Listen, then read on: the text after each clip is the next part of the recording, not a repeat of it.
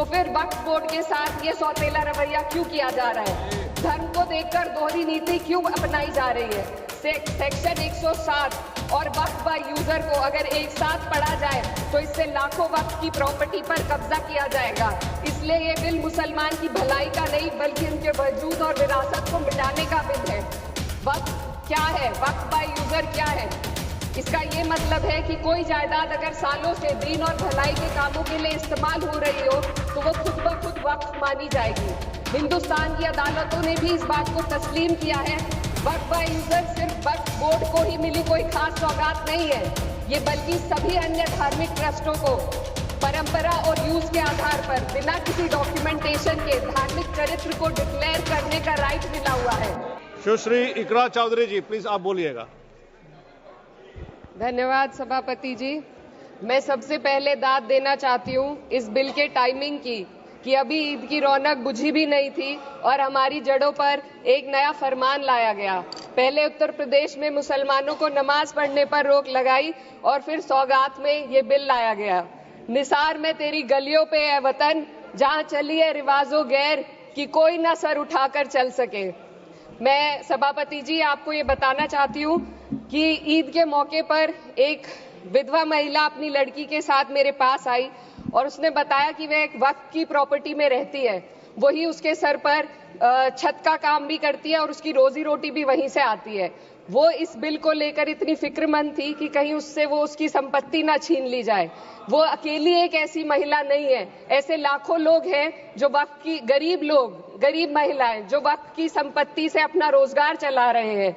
और ये जो वक्फ बाय यूजर क्लॉज के हटाने से लाखों वक्फ की जायदाद अपना स्टेटस खो देंगी और लाखों लोग इसी तरीके के लोग सड़कों पर आ जाएंगे। वक्फ क्या है? वक्फ बाय यूजर क्या है? इसका ये मतलब है कि कोई जायदाद अगर सालों से दीन और भलाई के कामों के लिए इस्तेमाल हो रही हो तो वो खुद ब खुद वक्फ मानी जाएगी। हिंदुस्तान की अदालतों ने भी इस बात को तस्लीम किया है।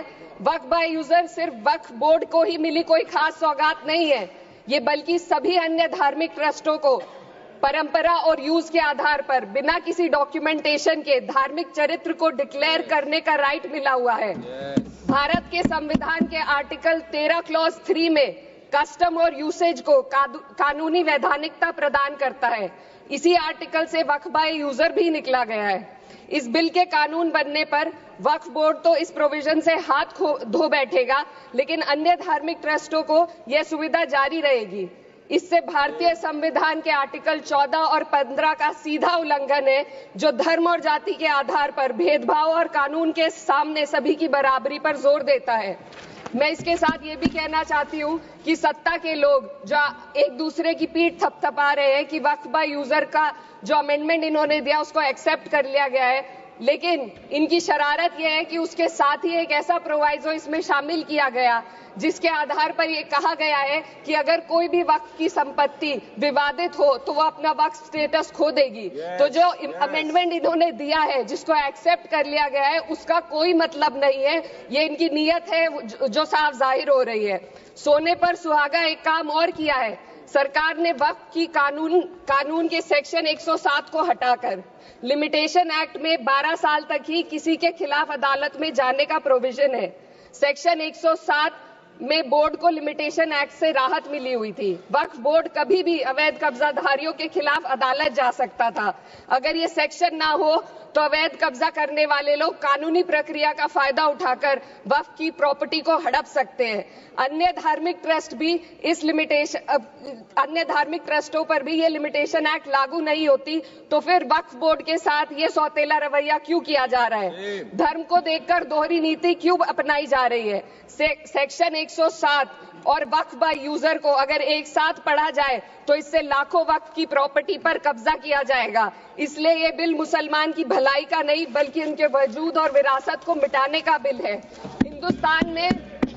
हिंदुस्तान में बहुत सारे धार्मिक ट्रस्ट हैं जिसमें उस खास मजहब के लोग शामिल होते हैं और उसका इंतजाम करते हैं। और ये बात समझ में आने वाली भी है, क्योंकि जो व्यक्ति अपने मजहब के रीति रिवाज को जितना अच्छे से समझ सकता है, किसी अन्य मजहब का व्यक्ति नहीं समझ सकता।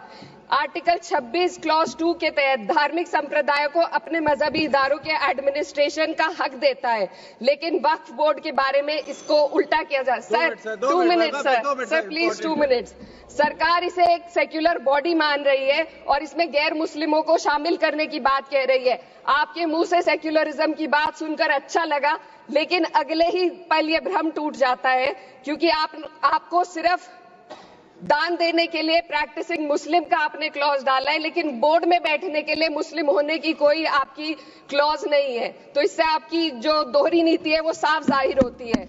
ये वही सरकार है जिसने राम जन्मभूमि ट्रस्ट में ये लिख दिया कि जिला अधिकारी भी अगर होगा तो हिंदू होना चाहिए। कोई मुझे बताए कि वहां पर सेक्युलरिज्म का रस क्यों नहीं घोला गया। सर आखिर में मैं अपनी बात को खत्म करने से पहले महिलाओं का मुद्दा बार बार उठाया जा रहा है। सरकार का कहना है कि बोर्ड में मुस्लिम महिलाओं को रिप्रेजेंटेशन देंगे। इस कानून से पहले भी मुस्लिम महिलाएं बोर्ड में मेंबर रह चुकी हैं और मिनिमम 2 का प्रोविजन था, उससे ज्यादा भी हो सकती थी। सर मैं ये कहना चाहती हूँ कि सरकार ने महिलाओं के लिए ऐसा कौन सा नया काम किया जिसका ढिंडोरा सरकार का हर सदस्य पीट रहा है। इस बात की तायीद अगर आपकी तरफ से कोई मुस्लिम महिला करती तो हम उसका यकीन भी करते, लेकिन अफसोस आपकी इतनी लंबी कतार में एक भी मुस्लिम महिला नजर नहीं आती है। सर मैं खुद एक मुस्लिम महिला हूँ, मैं सिर्फ एक सर मैं माइनॉरिटी महिला हूँ। इस सदन में हम सिर्फ 2 महिलाएं हैं और उस नाते से मैं ये बात कहना चाहती हूँ कि इस बिल के माध्यम से मुस्लिम महिलाओं को कुछ नहीं मिल रहा है। ये हमें कुछ नहीं देना चाहते, सिर्फ टोकनिज्म हमारे नाम पर बनाकर एक नैरेटिव मीडिया में चलाना चाहते हैं। तो ये बिल मुसलमान की भलाई का नहीं, उनकी पहचान को मिटाने का है। सर अंत में मैं बस यही कहना चाहती हूँ कि कागजों की कैद में बस नाम रह जाएंगे, वो जो हमारे थे सिर्फ दावे में रह जाएंगे। इस बिल के द्वारा मीठी ईद के जायके को कड़वा करना, यही असली सौगाते मोदी था। बहुत बहुत